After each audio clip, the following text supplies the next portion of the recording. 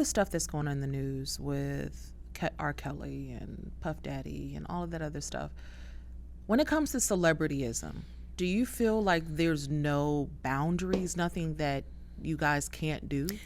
They're not supposed to be in show business. What do you mean? P. Diddy, his gift wasn't, what was it? What is it? I don't want the man coming after me. If you get out of jail, leave me alone. I don't have nothing to do with P. Diddy. I never met him. I never went to a party. Yeah. I don't know nothing about that mess. Okay? All I know is if I was at the party, I would be on the pictures. I do know that. Because, you just get wild. Yeah, you get wild. But this is the thing. The artists that belong in show business were kicked out of show business. Like myself, like Regina Bell, Melissa Morgan, even Whitney was her demise, everybody. The people that belong in show business, they really hurt us and kicked us out. And they gave money to people like Diddy. Like, I was on Atlantic Records. I was, never given $500 million, not $1 million. They still say that I owe them.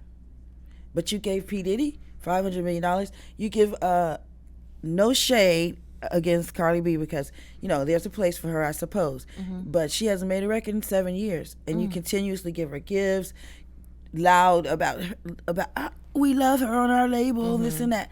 I've been selling records on that label almost 30 years. And they say I still owe them. Whoa. They've never given me $1 million, $500,000. The people that made the label died broke. You talk about Ruth Brown, people like that made Atlantic Records great, who they are today. That they were able to sign to Cardi B. This was a label that represented black music that I grew up, I wanted to be on Atlantic Records because Aretha Franklin was on the records, all that kind of thing. The people that belong in show business were kicked out for people that were basically pimps. Okay. Do you think those pimps are easily manipulated? They manipulate. They hurt this business. They hurt black music.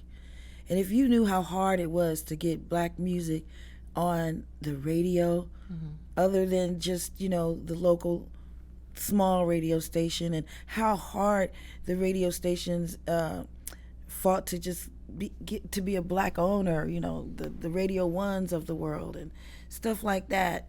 And the way that they wield their power, they paid them not to play our records. Allegedly. That's what I've been watching YouTube. Like, really. Allegedly. They paid, they had a whole payola scam. They were paying to play, paying not to play. We would sit in offices for radio. When I was with the group Side Effect, I was young.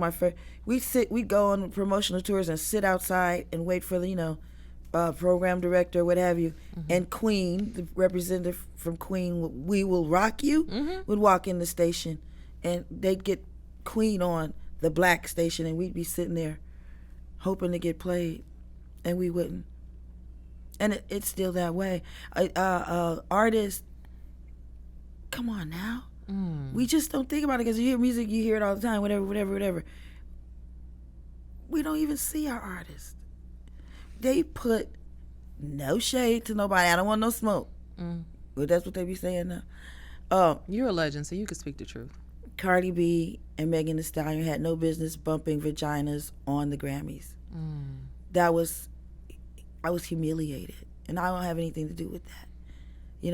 There's always been pornography in music, but it has a place, and it's not in the mainstream. Well, not especially when you have artists that really have something to bring to the table to heal you.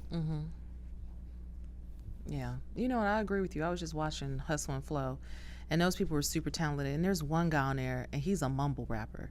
And they're like, yeah, he's hot, he's tight. And I'm like, am I being punked? Because I have no idea what he's saying, and he's not rapping on the beat. And I think the only reason why they like him is because he's from Atlanta. But he's terrible. And it's crazy because I'm like, I go on TikTok and I'm like, okay, some people are saying, yeah, they feel like they're being punked too. And there's some other people that's like, wow, he's amazing. His flow, he's alert. Well, I mean, you know, some people like Picasso. Yeah. And some people don't get it.